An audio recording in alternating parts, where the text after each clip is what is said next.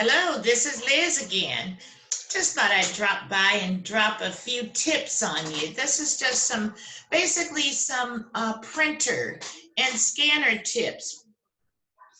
You will always want to set your scanner to 8.5 by 14, even if you have a mixture of 8.5 by 11 and 8.5 by 14. And the reason is so that when you're scanning, everything will scan onto an 8.5 by 14 and you don't run the risk of cutting anything off. So set your scanner to 8.5 by 14 for all the scan backs that you do. You'll also want to test your resolution. Now, the resolution is probably going to have something to do with the type of scanner you have. For me, I have a Brothers scanner, a printer scanner combination, and I set my resolution to 200 by 200 DPI. And you're also going to want to make sure it's set on monochrome, which is black and white. You want to set it on black and white. Some of you may have a color printer.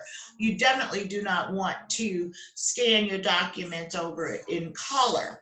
You want to do that in black and white because you don't want to use all your ink and stuff. But anyway, you will want to set it to monochrome, and that's black and white. Check your resolution. The resolution may be different. So you may just have to test it out a few times. Try, 200 by 200 if that resolution doesn't give you a clear copy, or if it's too large, then, you can adjust that resolution as needed.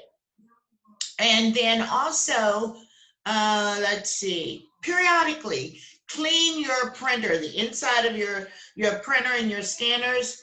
It gets that residue on it from the heat and the ink. So periodically clean it. They have a brush that you can purchase to clean your printer, your printers and your scanners with. I just use a toothbrush. So just take that toothbrush and just kind of clean it up, and then make sure you wipe it down. They do have some pads or something that you can buy, but I just clean it out and then just brush it out with a toothbrush or whatever, and then just wipe up the residue with a tissue, a soft tissue. So you can do that, and that will keep your equipment running a lot smoother. Then the other thing is, you will always want to have an extra cartridge and a drum. If you have a Brothers printer, remember, you not only have to buy the print toner cartridge, you also have to buy a drum periodically. You want to look at the specifications to see how many pages you will yield from the drum that you purchase. But a good rule of thumb for me, what has worked for me, is that when I put one in, I order a new one. And of course, those come pretty quickly. I've got it in a day or so. And then that way, I'm also not buying in bulk. I used to buy like 5 or 6 at a time, but I found that they dried out too fast.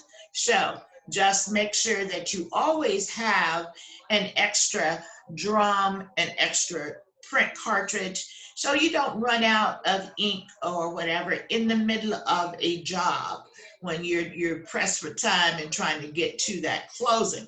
So anyway, those are just some printer tips that I thought I would drop.